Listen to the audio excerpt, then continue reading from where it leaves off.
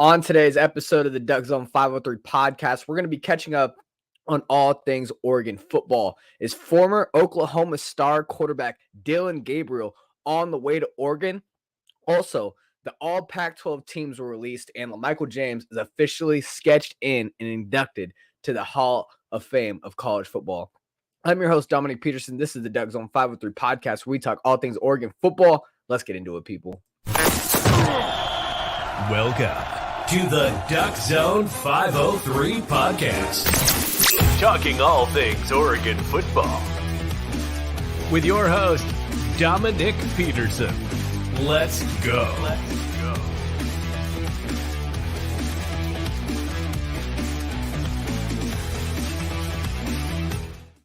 Welcome in, people. I'm happy to be with you. The date is Wednesday, December 6th, 2023. And boy, oh boy, do we got some madness, which is the transfer portal. We have the honors of being here, and let's talk about it, man. But first, guys, make sure you subscribe to the podcast. I give you guys weekly podcasts on all things Oregon football, recruit interviews with the players that Oregon is targeting, and giving you the latest updates on all our social media platforms. Make sure you're locked in with us on at DuckZone503 on all our social media platforms. Appreciate everybody who does that.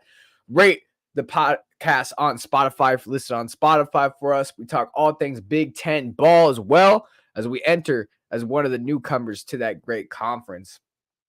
All right, guys, let's talk about this, man. Transfer portal targets for Oregon. Now, we all know one of the more important positions is quarterback, okay? We all know Bo Nix, he's got one last ride. He announced that he is coming back for the Fiesta Bowl against Liberty. And to be honest, when we got that bowl matchup against Liberty, I thought a lot of guys were bouncing out. Now, with that being said, Bo Nix is the first guy to announce he is coming back for this bowl game. And what does that say about Bo Nix, man? His character, a young man that wants to play with his team one last time. And I think this is somebody who gets how important college football is. This is a once-in-a-lifetime opportunity with this team, with your guys, to go out there one last time and play. Now, I know it didn't go the way we wanted in the Pac-12 championship. I know it's not the season we all thought this was going to be with this team. Because truly, in my opinion, I thought this was a special team. Before that Pac-12 championship game, I was talking about this might be the best Oregon team we might ever see all time. I mean, this team came in with the best offense in the country, no doubt, with a Heisman quarterback and near a top 10 defense, and it was in the top 10 nearly all year. So, and it was just a letdown, man. You lost your rival twice. You lost you're now 0-3 against Kalen DeBoer, and it's tough, but this is a way to go out with a bang, end the season on a good note, and go into this offseason on a win. And that's why I feel like this bowl season and going to this bowl game, I get it. It's not the opponent we want in Liberty. But, hey, man, these guys are 13-0. And for their program, to be honest, Liberty, this bowl game against Oregon might be legit the biggest game of their program history for them. Like, think about it. They're undefeated, and they're going against Oregon in a New York Six Bowl. I mean, you don't know how stoked those guys are. While we are coming off a disappointing performance, we get Liberty with all the opponents we could have had. And for Bo Nix to come back and say, you know what, we're going to end this season on a good note, that just speaks volume. And, I kind of touched on that in our last episode, but I just really got to say thank you, Bo Nix, man, for everything you're putting out there. And we'll get into the all the accolades he's receiving. We're going to get into the All Pac-12 teams, which Oregon got a lot of players in there. We're going to talk about the transfer portal quarterbacks. Which transfer quarterback do I want? Which transfer portal do I think Oregon's going to go for? We're going to get on all that in the podcast. Appreciate everybody for tuning in. So let's get into it. Big one is the quarterback position, because we all know Bo Nix, after this last ride, he's gone. So Oregon's going to need a quarterback. Dillon Gabriel is one of those guys, which I think is probably one of the favorites. Now, if you don't know Dillon Gabriel, he spent 2 years with the Sooners, began his career at UCF in 2019, spent 3 seasons there, 2 seasons with the Sooners because of the 2020 COVID season where athletes were granted an extra year. He's going to use his extra year and transfer somewhere else. Now, in 2023, Gabriel finished with 3,660 yards, 30 touchdowns, just 6 interceptions on 69.3%, so just below 70% completion percentage. He also ran for 373 rushing yards and 12 rushing touchdowns. So this is a dual threat guy, can use his feet. He's kind of small on the small end, 5'11", 204 out of all these that quarterbacks that we're going to talk about here today. But it's not like we've seen small quarterbacks, Vernon Adams, right, come here to Oregon and really do some things. And Gabriel was, highly recruited, highly touted, really did some good things at UCF as well. And then came into Oklahoma, didn't necessarily reach the goals he wanted as a team, but as an individual player, man, this guy can play, and he has loads of experience. He also doesn't turn over a lot. Only how much interception? He only had 6 interceptions this year, only 6. With 30 touchdowns, QBR of 87.3. That was 4th in the country. I really like that. Now, over the course of his career with UCF and Oklahoma, Gabriel has 14,865 yards, 125 touchdowns on just 26 interceptions. So this is somebody who really does not give the ball away as a quarterback. And then especially with a 63.1 completion percentage over his career on average, I mean, this guy's pretty accurate. Now, when talking to Oklahoma fans on Twitter, talking to them about, hey, how's Dillon Gabriel? How do you guys like him? They say, he's a hell of an athlete, hell of a leader. But he's not the most elusive guy. He's not gonna, make guys miss. He's not the most elusive. He can use his feet. That is a certain weapon, but he's not gonna go take it to the house for 7. He's not gonna be DeAnthony Thomas out there making guys miss. But he can use his feet, right? He's got those 12 rushing touchdowns, 26 rushing touchdowns in his career. So, this is somebody who's semi dual threat, but a great game manager, a great leader. This is somebody who they like. Now, the one knock on him is he is kind of small. If he's got big offensive linemen in the way, he can maybe miss some guys when they're wide open, maybe overthrow his guy a couple times, doesn't have the biggest arm to get the ball down the field maybe. Those are some knocks that I've heard about him. Now, it looks like USC and Oregon have emerged as the top 2 destinations for Dillon Gabriel, according to On3's Pete Nakos. Pete Nakos, on his article, he says, quote, "As of now, the Ducks are the favorite to land the transfer quarterback. However, the Trojans and Lincoln Riley are making a push," per Nakos. It's important to remember here also, though, Dillon Gabriel is coming out of Hawaii. That's his home state, okay? Pacific Islander. Look up to Marcus Mariota, the former Duck, the Heisman Trophy winner here in 2014. Last year in college football. This is his last year. He's entering his college football year. Probably wants to come home, closer to home, and play for his last year. Now, USC, Oregon, they're right there next to Hawaii on the West Coast here. So it's going to be interesting to see where he goes. As of now, I really think Oregon is in a damn good spot. I think we had the better season last year. I think this is a place where you can win. I think we're more set up to win in the Big Ten than USC is. And I think this is a place where he can step in and really play well. Another quarterback on the list here that people have been talking about is former Washington State quarterback Cam Ward. Now, sources have confirmed to On3 that Florida State, Miami, Ohio State, Oregon, Washington, Wisconsin, and USC have emerged as names to watch throughout the quarterback's recruitment. And look, this is a guy in Cam Ward who came in with no stars coming out of high school, not recruited to many, if at all, big-time programs. And he starts out at Division II Incarnate Ward in 2021 alone in this year. He goes, Cam Ward, for 4,648 passing yards, 47 touchdowns in one season, guys. Now, I get what you're saying. It's Division II, though. Look, I don't care what level you're playing. If you're putting up 4,600 yards and 47 touchdowns in one season, I mean, that's like Joe Burrow numbers, man. He was the Joe Burrow of Division II. So then he goes to the transfer to Washington State. Okay, this is where we all get familiar with him. We learn who Cam Ward is, and he gets a Division I opportunity. All he did was start 25 games for the Cougars, throw for more than 6,400 yards and 43 touchdowns, while adding 11 more scores on the ground. That's all. And look, guys, Cam Ward's going to be one of the most targeted quarterbacks, if not the most targeted quarterback in the transfer portal, for good reason. There were reports and rumors swirling around that he has over $1 million NIL deals coming out of elite programs in the country, such as Ohio State, Michigan, Florida State. I mean, these are big schools that are transferring Cam Ward, man, and for good reason. The guy is talented. Now, he does have some turnover-prone things, some turnover issues. You know, his QBR isn't the best. He finished with a 65.1 QBR, which was 50th in the country. So there are some ups and downs with him, some inconsistencies. But this is the thing. This is one thing to remember is he went from Incarnate Ward with Division II talent, put up hella numbers. Now he goes to Washington State, where, let's be real, they don't have the most talent in their conference at all. And he did fairly well with I'm going to be real, that Washington State offensive line is not the best.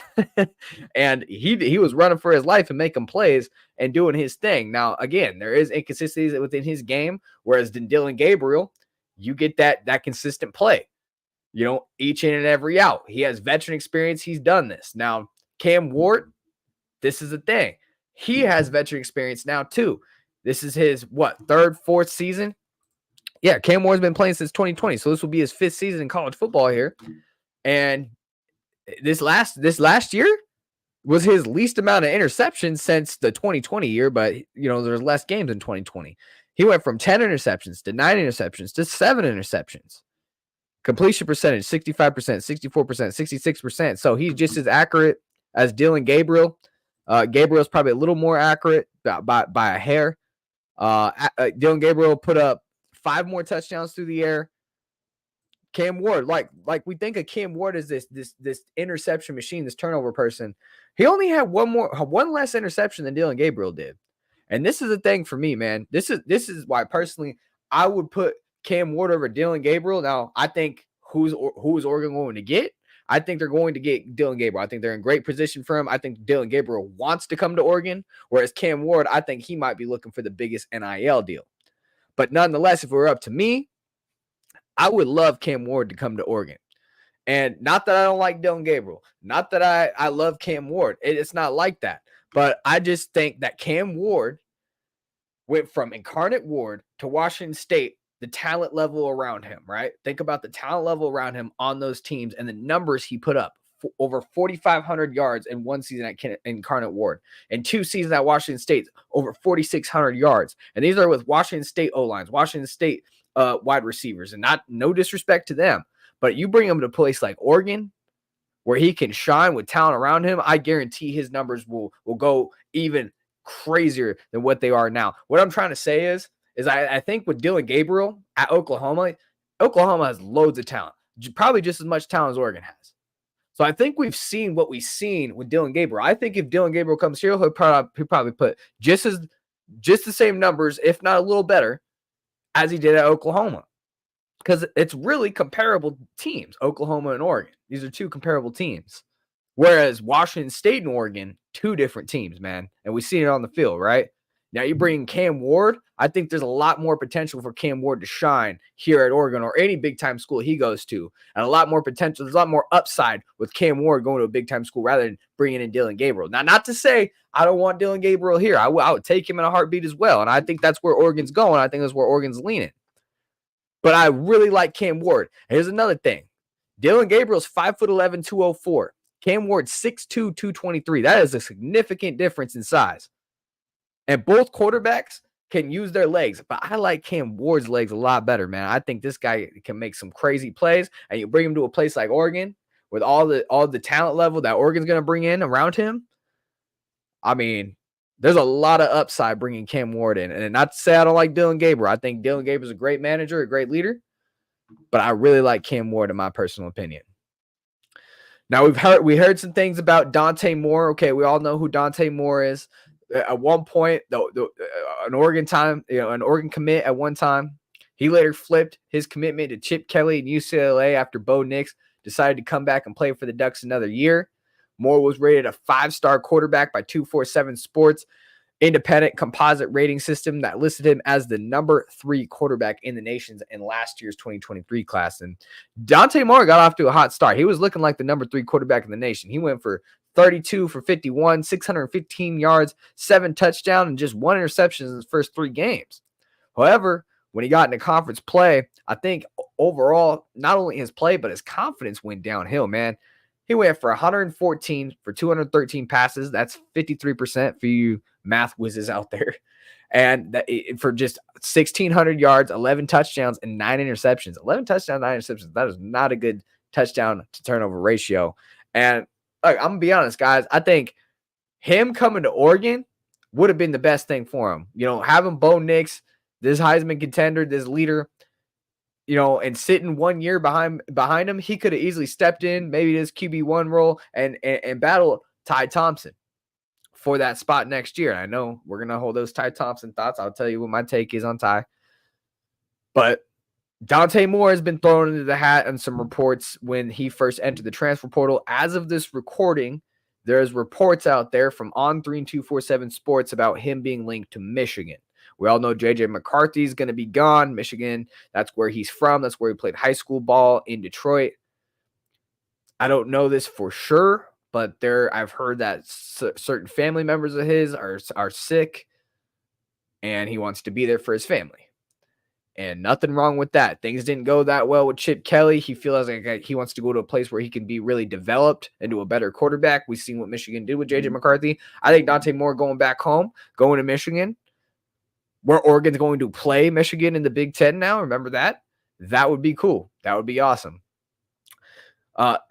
Jonathan Smith went to Michigan State. Aiden Childs entered the portal over at Oregon State. 4-star quarterback. Really good. Backed up DJU, came in a few times throughout the season, put up some decent numbers, and he looks to be a legit quarterback. He's probably off to Michigan State to join Jonathan Smith, so that's one to watch around. The Pac-12 going to the Big Ten as well. And then the final quarterback that was linked that I didn't really buy into. Now, I think this would be awesome if it happened. Don't get me wrong. But DJU out of Oregon State was linked to Oregon. Obviously, he has family ties here with Mateo Ugiagale, 5-star edge defender. He was a freshman this year. They both played each other in the Civil War where Mateo got the sack and the whole crowd cheered. It was a great moment.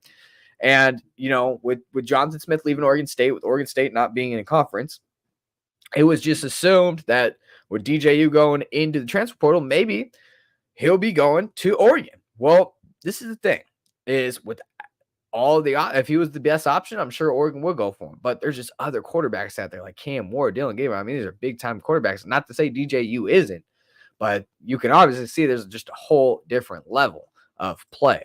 DJU had a very good year. 2,638 yards, 21 touchdowns, just 7 interceptions. His QBR was top 15 in the country, 80.8. I mean, 6'4", 252-pound quarterback. I mean, we're talking about a poor man Cam Newton right here with DJU. This would be dope, but I just don't think it's likely. If Oregon misses on Dillon Gabriel, if Cam Ward goes somewhere else, if Dante Moore goes somewhere else, and he's the one alone standing there, you take him, right? You take him. But, he's not going to be Oregon's first option. He's not going to be Oregon's first option. Not to say I wouldn't love to see him come here. I like his game. It would be an awesome story to have the two brothers on the same team after going against each other the last year. That would be really cool. But I just don't think he's Oregon's first choice. I really do think this is going to come down to Dillon Gabriel. At the time of this recording, if he hasn't committed already, who knows? If you're watching this, maybe he has already. That's just the way it works. But I've heard a lot of rumblings about Dillon Gabriel coming to Oklahoma.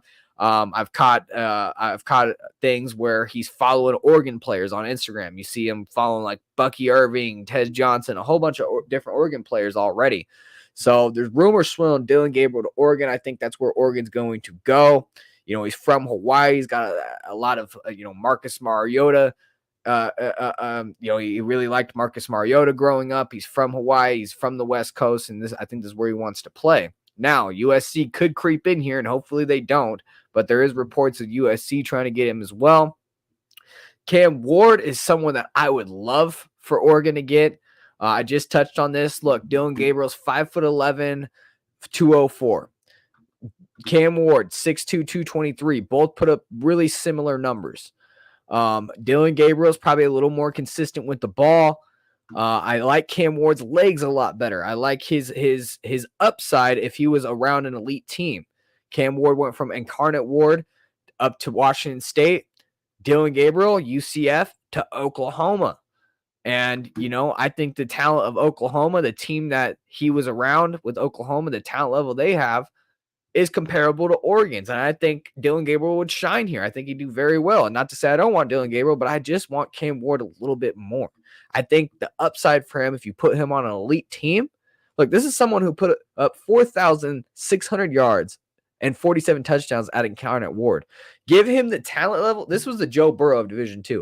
Give him the talent level at Oregon and the wide receivers and the offensive line we have for him. I think this is a dude who can go from, he passed for 3,700. I think this is a dude who can go for 4,300, 4,400. And he can use his legs, man. We've seen him use his legs. I really like Cam Ward, man. I do think Oregon is more likely to land Dillon Gabriel, but I like Cam Ward. Now, let's talk about,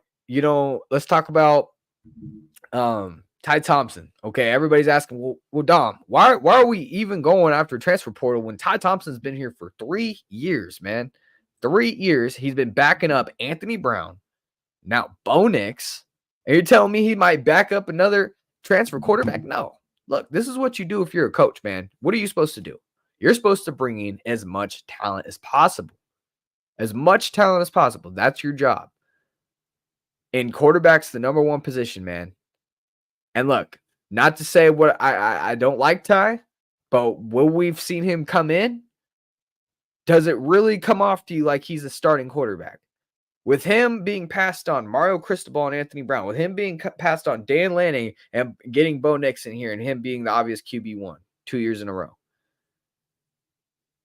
And now they're going after another transfer quarterback. I mean, if you can't look into the window, they're not going to come out and say, hey, Ty Thompson ain't it. We're going after another guy. They're not going to come out and say that. I mean, you just kind of got to read the room if you're a fan and just maybe Ty Thompson isn't it. And look, I was surprised when he didn't leave with Jay Butterfield left. We all remember Jay Butterfield. He went and transferred. I thought Ty Thompson would definitely transfer when Bo Nix decided to come back. If Dillon Gabriel commits here anytime soon, or another quarterback here in the future that Oregon's going to grab, because I'm sure they're going to grab one here, I'm sure Ty's going to leave. I mean, the clock's ticking for him. He doesn't have a lot of film. He's got to go somewhere. And this is a 5-star quarterback who came out of Arizona. This is someone who competed in the Elite 11 and was up there, compete with the best of the best as far as quarterbacks go. So this kid can play. Now, is it going to be at Oregon? I don't know. But this is the thing. This is the thing for people saying, well, why is Dan Lanning doing that to him?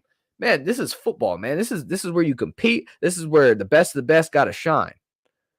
And look, if you're Ty, you either gotta go, you either gotta leave, you gotta believe that, look, man, this is like the third quarterback that's coming in, and I've competed, and every time I've been passed on. And if you really believe in yourself, and you believe, and Ty's believed in himself, man, he stayed here at Oregon. He believes he's the guy. He's gonna compete against Dillon Gabriel. He's gonna compete whoever he brings in, and he believes he's gonna beat him out. And if Ty's the guy, he will beat him out, no doubt about it.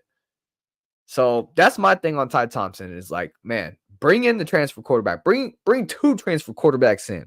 I don't care, because the best of the best is going to win. The more talent you have, the more talent you bring in, the better. That's just the way I look at it. I don't love. Some people look at it as like, why do the coaches keep passing on Ty Thompson? It's mean. It's not mean. This is football, man. Some of y'all probably never played football, but it's ruthless once you get to the college level, especially. The high school level is already competitive enough, and people complain about playtime at that level. And the college level, man, it's ruthless, man. I'm just going to put it that way.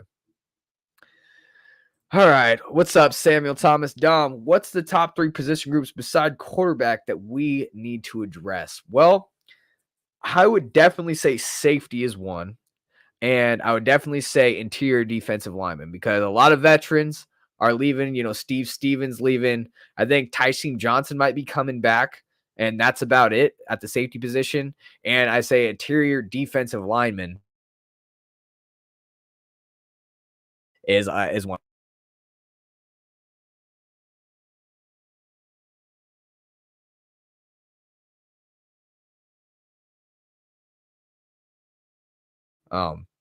Sorry about that, guys. From these last Wi-Fi, man, what's going on?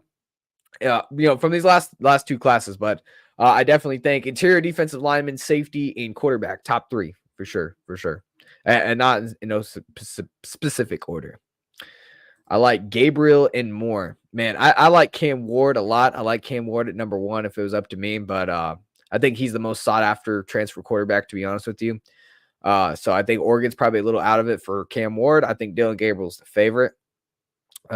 Appreciate Roxanne Coleman for the comment. The DJ brothers, what's up? What's up? How you doing? Billy Goodrich. I'll be honest, I like the quarterbacks we have in the room, but I also like either Gabriel or Dante Moore. Yeah, man. And look, here's the thing, man. I like the quarterbacks too, but I was just going on a spiel, man. Let the best man win. Let's get some competition in here and let's see who's the best, right? All right, let's talk about who's left Oregon so far. Oregon transfers, and look, it's the start of day 3 today. There's probably, at this point in time, as I'm talking, there's probably a transfer going in. There's probably a transfer going in. I'm not going to speculate who I think is going to go in. I don't want to do all that, but I will talk about who is left already. So wide receiver Ashton Kozart, he was the first Oregon player to hit the transfer portal this season. 4-star prospect in last year's recruiting class, 6'3", 195 pounds. Kozart did not play this season for Oregon and has 4 years of eligibility. Best of luck, Ashton. Then we had wide receiver Chris Hudson. This was kind of obvious. A lot of people were asking me, yo, where's Chris Hudson? Where's Chris Hudson? Where's Chris Hudson?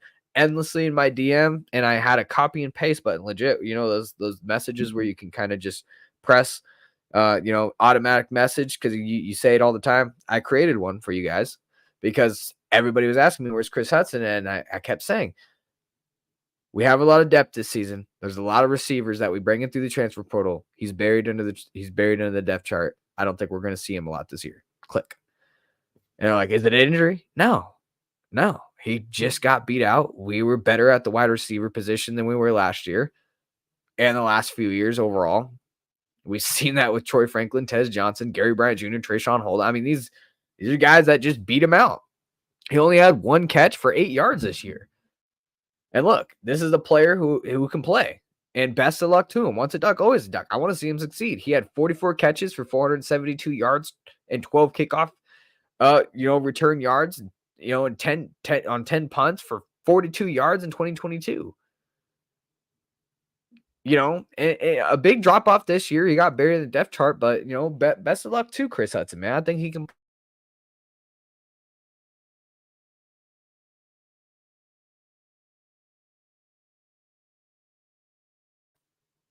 Jeez, guys, sorry about this Wi-Fi, man. I really don't know what's going on.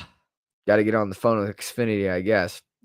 Anyways, wide receiver Josh Delgado is another guy. He's a 5th-year junior who did not play this season, entered the transfer portal on Monday. Appeared in 12 games in 2022. He had 1 catch for 12 yards in that year, 1 kickoff return for 21 yards, and 2 punt returns for 7 yards. So Josh Delgado is a guy who's been here for a while.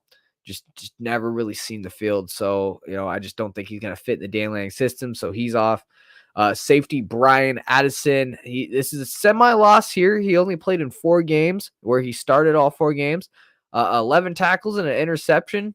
And, he just ended up leaving the team after the Washington game. For what Dan Lanning called it personal reasons. Now, that could really be anything. I'm not going to read too much into it, but he went on and entered the portal on Monday. And then we got safety Damon David, who entered the portal. He had 2 tackles and a pass breakup in 2 games this season. He entered the transfer portal on Monday as well. He entered the transfer portal twice as a Duck, actually. In May 2022, he entered the portal, but he chose to return to Oregon, where he had 8 tackles in 12 games last fall. But, man, he, again, another player that was, I think, recruited by Mario Cristobal, and another player that didn't seem to fit and what Dan Lanning was trying to do, didn't really see the field. And then here's one that I think is a pretty big loss because it's a player that could have came back. This is a player that, started a lot at Oregon. And this is a player that I think could definitely have a lot of potential and that I kind of liked. This is Triquez Bridges. Triquez Bridges entered the transfer portal, and this is the thing. He did fall in the depth chart this season as a DB. Bringing in Kyrie Jackson and a couple of those young guys that emerged, he kind of fell in the rotation a little bit. Didn't get as many snaps as he did as a starter. Before this last season, he started all 13 games in 2022. And, he's still a very solid player. He did come in and play in that Washington game, played hard. This is a player load of experience in the transfer portal. He's 6'3", long, athletic defender. He's got 94 total career tackles, 4 career interceptions. So Trikweze Bridges is a player that can play, and this is somebody who could have came back for the Ducks.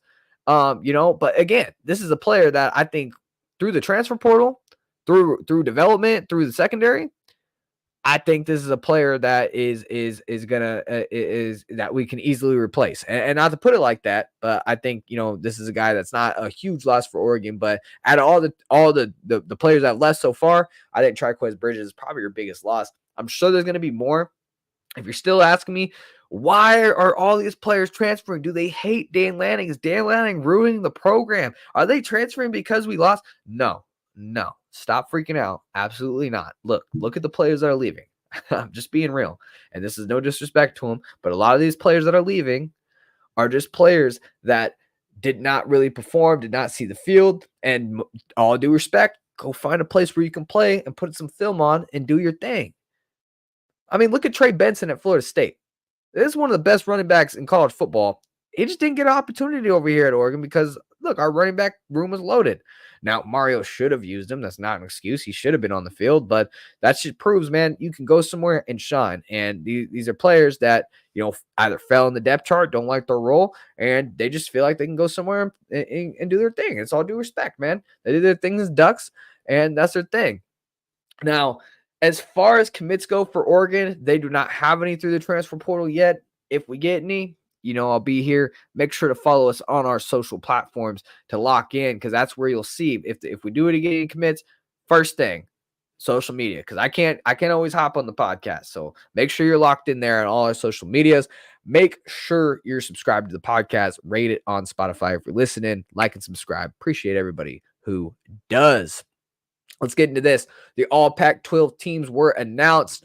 Let's go ahead and look at that. They had Team 1, Team 2, and Team 3, which is the honorable mentions. Actually, it's not Team 3.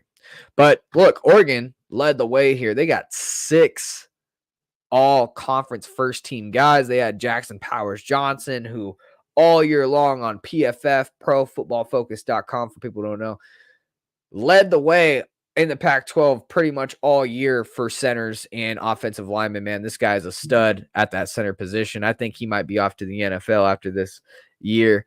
Then wide receiver Troy Franklin on the first team. Got to put him on there, man. That guy is, had broke records, probably the best wide receiver in Oregon history. Bo Nix, quarterback, first team, Bo Nix. Man, we're getting to his records as well, all the records he broke. Man, Bo Nix went off. Tight end Terrence Ferguson, first team, nice to see him. He had a big year. This is a guy who's a big dude, like nearly 6'6", can catch everything. Crazy tight end, man, can block, very physical. Love what I see from Terrence Ferguson. Very, very well deserved. DB Kyrie Jackson, man, this is a guy who came in. We've seen what he could do from the Colorado game on. This guy put on tape, man. This guy really went off. And then we had defensive end Brandon Dorlus, man. Brandon Dorlus was wrecking havoc all year in the middle and the edge. Moving him around on that D-line was very beneficial for the Ducks. So 6 Ducks in on the first team. Let's go Ducks, man. Very, very deserved for those guys. On the second team here, we had 3 Ducks. We had Bucky Irving, who, I don't know if he was battling with the injury towards the end of the season, but he didn't have the best numbers towards the end of the season, especially in that championship game. But towards the start of the season, man, he was up there towards first team. Damian Martinez, I think, beat him out for that first team. But overall, man, Bucky Irving, one of the best backs in the country, and really tore it up this season. Well deserved there.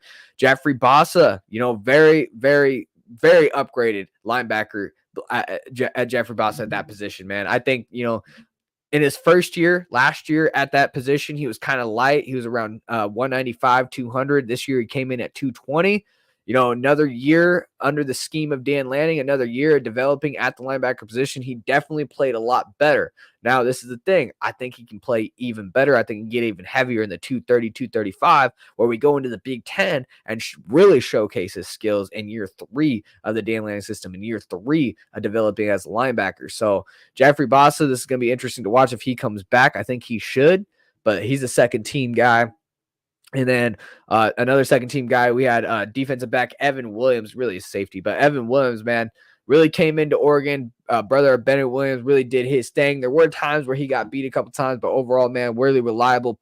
He could really lay the lumber, put on a big hit. Really like what I've seen from Evan Williams. So 3 Ducks on the second team: Bucky Irving, Jeffrey Bossa, and Evan Williams.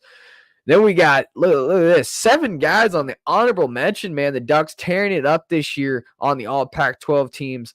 Let's start here. Tasmania, Tez Johnson. This is a guy who I think deserves to be on the second team for sure, if not the first team. This is another 1,000-yard wide receiver. Came into Oregon, especially in that second half of the season, just absolutely tore it up. I think in the first 3 games, he only had 15 receptions. And the last, I think in the last 9 games of the season, he had over 60, something like that. So this is a guy that definitely deserves more to be higher than honorable mention, to be real with you. And then we got Stephen Jones, man. This is a guy who had a solid year, really made some highlight plays, really, came in as a veteran and really laid the lumber on the offensive line. Johnny Cornelius, man, this is a guy who had a pancake of the week a few times during the season. Really like what I'm seeing from a Johnny Cornelius. This is a player that could return for next year as we go into the Big Ten. But, we're going to need those big-time experienced offensive linemen to come back, and Johnny Cornelius is one of those. Tyshim Johnson, this is a safety, that came in from Ole Miss. I think he played the most snaps on the defense this year. This is a big-time player on the defense. This is somebody who can come in next year as a leader on this defense, as an experienced player on his second year under Dan Lanning, and put even more tape as we go into the Big Ten. And then Ross James, this is one that surprised me. I mean, he did play well. He did punt very well. Ross James gets an honorable mention. That was nice to see. And then Jordan Birch got an honorable mention. This is someone that I was hoping to see be first team, maybe second team potential. Nonetheless, man, making an honorable mention. Jordan Birch did make some plays here and there. I like to see the consistency go up, because this is a guy who came in as a 5-star. This is somebody who had, Jadeveon Clowney comparisons, and I don't know if he really lived up to all that. He didn't have the biggest year, but he did make some plays, and he started for us, so he gets an honorable mention. And then Josh Connolly Jr. gets an honorable mention. This is another player that came in as a 5-star, number 1 offensive tackle in the country in 2022. This was his first year starting, and he comes in and gets an honorable mention. I think next year is his year where we'll see him take that next step and probably be first team, second team. But look, we're in the Big Ten where there's a lot of good offensive linemen, so it's going to be tough. But look, this was the number 1 rated offensive tackle in the country just 2 years ago, or it's going to be 2 years ago when we start next year. This was his first year starting. He gets an honorable mention. I like where Josh Connolly's sitting. So 7 Ducks there on the honorable mention. We had 3 on the second team, and we had 6 on the first team, man. So a lot of Ducks sitting there on these teams, man, on these All Pac-12 teams. Oh man. So the All Pac-12 first team selections by program, on the first team, Oregon led the way with 6. Oregon State had 4. Utah had 4. Washington had 4. Arizona had 2. USC had 2. And then Cal, Colorado, Stanford, UCLA all had just 1. This is Oregon's 4th 11-plus win season in Oregon history, guys. This is special, man. I absolutely love it. Let's see what you guys are saying here in the comments before we get to what Bo Nix did, man. Taking home a couple trophies. I'd be happy with Ward or Gabriel. Anyone else, I probably prefer Ty. Username 2203 says 100%. Samuel Thomas, we need to hit the portal heavy for defense. That's what killed us against UW. I could not agree more with you. Drop the Vegas recap. I did. Actually, I do have a recap of the Duck game, and I do have a recap of my thoughts on getting the Liberty matchup as well. So check that out if you haven't already. Guys, Bo Nix took home a couple of great honors and trophies, and for good reason. I mean, look what Bo Nix did this year. 4,145 yards passing, 40 touchdowns on the year, just 3 interceptions, just 3. He had the second best QBR in the country with 91, man. That's why he's a Heisman finalist. He will be in New York. So, for one, that's one thing. And then, he's the first Oregon Heisman finalist since Marcus Mariota, who won it in 2014. He also Guess what, guys?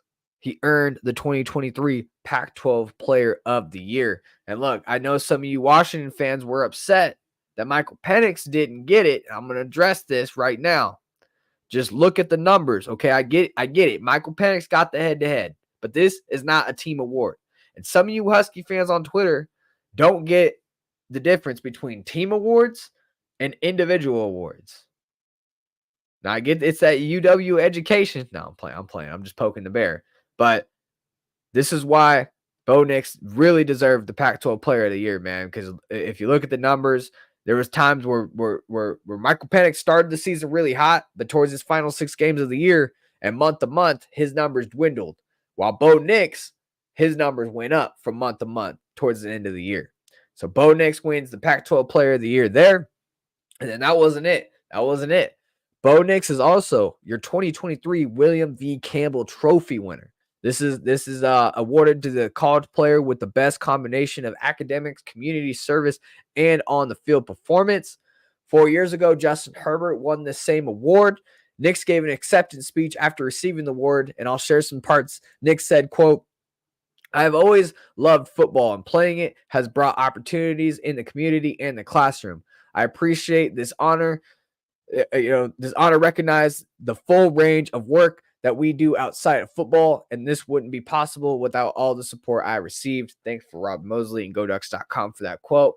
Only Justin Herbert and Bo Nix are the only two to win the award, while Bill Musgrave and Dennis Dixon were finalists for it in their last season. So, I really love Bo Nix. This is a guy who, on the field performs, but also he's in the community. He loves being a Duck. He loves everything about Eugene. And, what more do you want as your quarterback?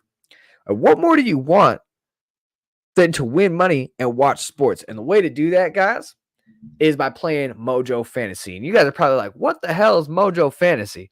Well, guys, it's a crazy new app that turns sportsbook odds and selections into fantasy contests. Look, there are thousands of NFL and MLB player props. You build a portfolio, and the better your portfolio performs, the more cash you win. Pick as many props as you want and try to beat the crowd. It's a whole new way to play fantasy. The props act like stocks, so you can buy and sell live all game long. It's the only fantasy app that lets you make moves after the game starts, so you're not stuck with a bad pick. You can cash in on a hot start or just hang on and let them ride. Cash contests are based on real sportsbook odds. Get the same live player prop selection odds and cash outs as Mojo's New Jersey Sportsbook. You can trade sports just like stocks. You control the actions, ride your picks, cash out, or enter new positions instantly. And there's no house advantage, guys. Beat the crowd by building the biggest portfolio to climb the leaderboard and win cash prizes. That's it, guys. Make picks, make moves, make money. Download now on the Apple App Store and use my code DuckZone for a 100% deposit match up to $100 for your first time deposit. Link in the description for more, guys. If you want to win some money, if you know ball and you think you're smarter than everybody else, go to Mojo Fantasy right now. Okay, guys, we got to talk about this because LaMichael James is one of my favorite players of all time, if not probably my favorite player of all time, because look, this is the guy who made me the Duck fan I am today. When I started watching the Ducks, it was around middle school times, right when I was starting to watch sports, and LaMichael James was the Ducks running back. And this is when Oregon was obviously, going to national championships, going to BCS bowl games. And, just speaking of great Duck players, we just talked about Bo Nix, right? Well, last night, former Oregon running back LaMichael James was formally inducted into the College Hall of Fame last night, man. This is a source article from James Carpia, the Oregonian. He was Oregon's first ever unanimous first team All-American and Doak Walker Award winner. He won the Doak Walker Award in 2010 as the nation's best running back and was a finalist for the Heisman Trophy after leading the nation in rushing yards. He had 1,731 rushing yards that year from yards of scrimmage, 1,939, and touchdowns. He had 24 of them on the ground. And in his acceptance speech, James said, "To be honest, I was being recruited by a couple of SEC schools, but a lot of them back then were Adidas, and I was real big on Nike," James said, on why he chose Oregon as a recruit out of Texarkana, Texas. He goes on to say, "I kind of chose," and this is a true story, "I remember going to Mississippi State and Arkansas, and I'm like, I can't look fly in no Adidas." James goes on to say, when you're 17, it's all about the swag. Then you go to the University of Oregon, and they got 20 uniforms and all these cleats. I'm like, yeah, I could see myself there. But I didn't know it rained every day. You got to love that quote from LaMichael James there, man. LaMichael James is now the 6th Oregon player to enter the College Football Hall of Fame. He joins quarterback Norm Van Brocklin from 1966, running back John Kitzmiller from 1969, tackle John Beckett in 1972, running back Mel Renfro in 1986, running back Ahmad Rashad in 2007, and former UO coaches Len Casanova from 1977 and Mike Bellotti in 2014. Michael James ranked 2nd all-time at Oregon in career rushing yards with 5,082 rushing yards, all-purpose yards 5,869, rushing touchdowns 53, 100-yard rushing games 26, and total points scored 348 is tied for University's single-season record with 21 rushing touchdowns, man. This guy's just special. This guy's, like I said, man, made me the fan I am today. I absolutely love LaMichael James. This guy who a lot of people counted him out because how small he was. And me, man, I'm a small dude, and I wanted to play football. And he made me believe, man, that I could go out there and play running back. Of course, that didn't work out. I'm behind the mic doing the podcast now. But, man, LaMichael James made me the fan I am today, and I actually got a picture of him over there in my closet. That's hanging up him in the Rose Bowl game in the chrome helmet. And I'm just a true fan, man. I'm a true fan of him, and there's nothing else I can say. But, man, congratulations on being in the Hall of Fame because that's forever, man. That's sketched in forever. People are going to know your name forever now, man. And it's great. All right, let's talk about this. Coaches got on the road, as you know. We're in a period where it's time to recruit. The signing day period is coming up. In the early signing day period is coming up here in December. Then as we get into January, closer to February, the actual signing day is going to start happening. There's going to be a lot of flips, a lot of recruits, a lot of coaches are going to try to flip. Look, if you lost out on a couple of recruits at a position of need, you might start creeping around some other recruits that you think you can go snag from some other schools. And, big schools that may be in the playoff right now, they might come try to take Oregon's recruits, teams like Washington, right? They might try to sneak in here. Well, that's when these coaches got to get on the road, go get some home visits in, go visit these recruits and go see them and make sure, that we're showing love, that we're showing, hey, we want you here at Oregon. And that's what happened here. 4-star linebacker Kamar Thudy, who's an Oregon commit here from Los Alamitos, California. He stands 6'3", 220 pounds. He's the number 17 linebacker in the country in the 2024 class, number 216th player nationally, according to 247 Sports. Was visited by Dan Lanning and Tosh Lupoy, his defensive coordinator. So it's good that these coaches are getting out, making sure they're checking in. And while they were in California, they also checked in with Oregon commit 4-star linebacker Dylan Williams out of Long Beach, California. Fun fact, guys, Dylan Williams goes to the same high school that Snoop Dogg went to back when he went to high school, Long Beach, California. Dylan Williams stands 6'2.5", 210 pounds. He's the number 14 linebacker in the country and number 177th nationally. So while they're in California, Dan Lanning, Tosh Lupoy makes a pit stop there, goes and checks in with their 2 linebackers that they're going to bring to Oregon in 2024. Then there was another home visit that I saw online.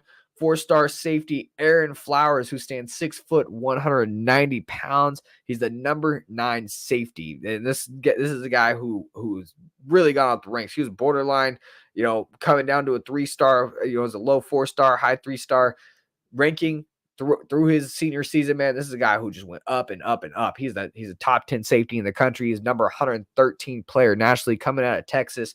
And this is all 247 Sports composite rankings that I'm going off of. And he was visited by defensive coordinator or co-defensive coordinator, Chris Hampton out in Texas. So these coaches are getting out on the road. They're visiting these recruits and making sure there's no way to flip these guys, which is awesome. And speaking of bad news, okay, there's going to be decommitments coming up, and it happens. Oregon, had a 4-star quarterback decommit, Michael Van Buren. Michael Van Buren was the number 13 quarterback in the 247 Sports class, recently decommitted. He's from Baltimore, Maryland. It's kind of far out from Oregon, St. Francis Academy. He's being recruited by other schools. Here's the thing. His teammates, Ife Obadiagwu, in my opinion, has to be on the radar for Flip Watch, okay? Because these are two high school teammates that kind of committed when Michael Van Buren committed. You've seen Ife Obadiagwu just a few weeks later commit as well and follow Michael Van Buren. Now, if Michael Van Buren decommits, you can see this thing kind of fall over and see Ife Obadiagwu follow in his footsteps again.